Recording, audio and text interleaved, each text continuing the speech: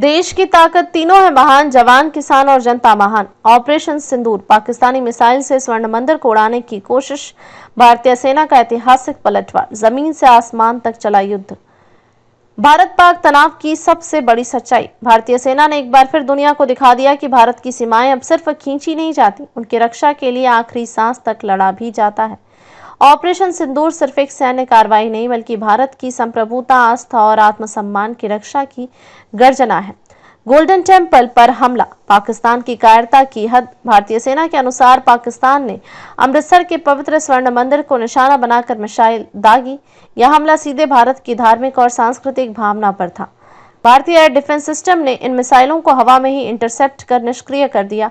अगर यह हमला सफल हो जाता तो भारत के इतिहास की सबसे दुखद त्रासदियों में से एक और अध्याय जुड़ जाता।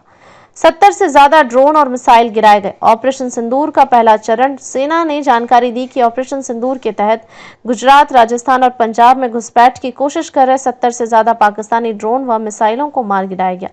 इनमें शामिल था तुर्की का बनाया हुआ सोनगर कॉम्बैट ड्रोन, जो छोटे हथियार ले जा सकता है और सटीक निशाना लगाने में सक्षम होता है। सेना ने उनका मलबा मीडिया के सामने पेश किया, जिससे पाकिस्तान की साजिश का सबूत सामने आया। सेना ने जारी किया वीडियो, हवा में उड़ते ड्रोन को मिसाइल से उड़ा दिया गया। वेस्टर्न कमांड द्वारा जारी वीडियो में दिखाया गया है कैसे पाकिस्तान की सीमा से उड़ान भरने वाले ड्रोन को भारतीय रडार ने ट्रैक किया, फिर जमीन से लॉन्च की गई मिसाइल ने उसे हवा में ही मार गिराया। वीडियो में हमने जमीन से आसमान तक की रक्षा की है कि टैगलाइन के साथ भारतीय सेना की सटीकता और तत्परता दिखाई गई। फायरिंग के बाद पाकिस्तान ने फहराया सफेद झंडा, बॉर्डर पर सेना की वीरता। 8 से 9 मई की रात पाकिस्तान ने सीमा पर अचानक फायरिंग शुरू की और घुसपैठ की कोशिश की। भारतीय जवानों ने न केवल इसका जवाब दिया, बल्कि ऐसा पलटवार किया कि सुबह तक पाकिस्तानी पोस्ट पर सफेद झंडा फहरा दिया गया। यह भारतीय सेना की रणनीति और मनोबल का ऐतिहासिक उदाहरण बन गया है। जम्मू कश्मीर में आतंकियों के नेटवर्क का भंडाफोड़, शोपियां के डीके पोरा इलाके में भारतीय सेना और सीआरपीएफ ने 2 आतंकी सहयोगियों को गिरफ्तार किया, जिनके पास से भारी मात्रा में हथियार मिले। 2 पिस्तौल, 4 ग्रेनेड, 43 जिंदा कारतूस। ये लोग आतंकी गतिविधियों में मदद कर रहे थे, जिनका नेटवर्क अब पूरी तरह टूट चुका है।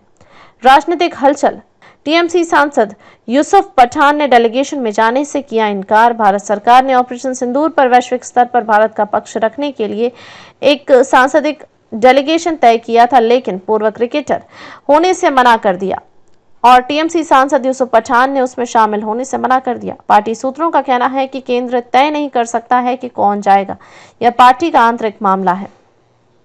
कूटनीतिक संकेत, भारत अब सिर्फ प्रतिक्रिया नहीं, रणनीति से काम कर रहा है। इस पूरे घटनाक्रम में साफ है, भारत अब पहले जैसी चुप्पी नहीं, रणनीतिक जवाबी हमला करता है। पाकिस्तान को अंतर्राष्ट्रीय स्तर पर अलग थलग करने के लिए हर मोर्चे पर तैयारी की जा रही है, चाहे वह रक्षा, कूटनीति या मीडिया हो। निष्कर्ष, ऑपरेशन सिंदूर बना भारतीय सैन्य इतिहास का स्वर्णिम अध्याय। भारत ने न सिर्फ दुश्मन के मंसूबों को नाकाम किया, बल्कि यह संदेश भी दिया कि भारत की धरती पर नापाक नजर डालने वालों को हम घर में घुसकर मारेंगे। ऑपरेशन सिंदूर भारतीय आस्था, आत्मगौरव और सुरक्षा का प्रतीक बन गया है। ये खबरें सिर्फ सुर्खियां नहीं हैं, यह उस भारत की तस्वीर है जो अब हर मोर्चे पर सक्षम, संगठित और सजग है। अधिक अपडेट के लिए लाइक, शेयर और सब्सक्राइब करना ना भूलें।